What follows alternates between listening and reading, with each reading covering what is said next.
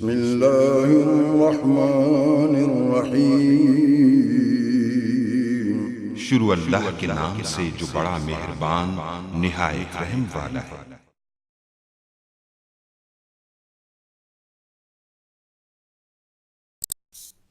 अस्सलाम वालेकुम गाइस। तो आज हम सेक्शन ऑफ रिसर्च पेपर या सेक्शन ऑफ थीसिस कुछ भी आप कह सकते हैं, जो हमारे पास थीसिस होते हैं, रिसर्च पेपर और प्रपोजल होता है, या फिर कोई इस तरह मुख्तलिफ आर्टिकल्स वगैरह, ये सारे के सारे के लिखने का स्टाइल एक ही होता है, लेकिन इसकी लेंथ इनके लेंथ में जो है वो डिफरेंस होता है। तो अब हमारे पास जो कंसेप्ट आता है वो यानी कि सेक्शन क्या होता है, सेक्शन क्या होता है, इसके बारे में मैं पहले बहुत डिटेल के साथ डिस्कस करूँ। ये वही चीज़ें जो हम मैंने पहले जो डिस्कस की थी, यानी कि रिसर्च पेपर क्या होता है उसके बारे में हमने बताया था, या फिर थीसिस या फिर प्रपोजल या आर्टिकल्स वगैरह। तो ये वही चीज़ है। सेक्शन ऑफ मतलब कि आप कंपोनेंट्स डिवाइड कर देते हैं आप अपने प्रोजेक्ट वगैरह को कोई कुछ पार्ट्स में, और उसके बाद इन सारी चीज़ों को आप कंपोनेंट्स को मिलाकर एक प्रोजेक्ट वो बना लेते हैं। तो इसके जो पॉइंट्स हैं वो मैं पहले बहुत डिटेल के साथ बता चुका हूँ, इसलिए मैं आप यहाँ डिस्कस नहीं करूँगा। आप वहाँ से जो मेरे पहले वाले ट्यूटोरियल देख सकते हैं, उसमें मैंने जो सेक्शन ऑफ पेपर के बारे में ये बताया हुआ और सारा का डिटेल के साथ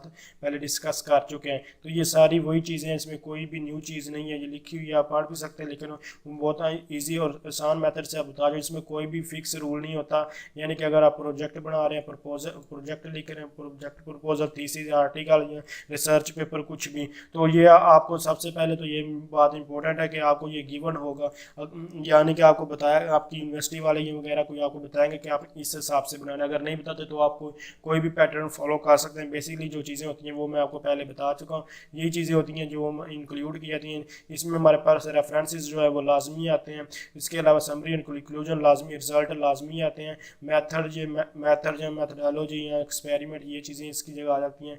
उसके अलावा ये प्रॉब्लम, ये सारा इंट्रोडक्शन में ये यानी कि background information, problem definition, summary of contributed related work, तो ये सारा इसमें आ जाता है। यहाँ फिर आप बैकग्राउंड इन्फॉर्मेशन की जगह आप लिटरेचर रिव्यू भी लिखते हैं। वो इन चीज़ों का एक ही मकसद है, कुछ भी यहाँ डिफरेंस नहीं है। तो लिटरेचर रिव्यू, अब्स्ट्रैक्ट क्या होता है, ये सारी की सारे मैं चीज़ें बहुत डिटेल के साथ बता चुका हूँ। तो मैं टाइम यहाँ वेस्ट नहीं करूँगा। तो आप अगर इनके बारे में जानना चाहते हो तो आप मेरे पहले वाले ट्यूटोरियल देख सकते हैं। तो थैंक्स फॉर वॉचिंग। अल्लाह हाफिज़।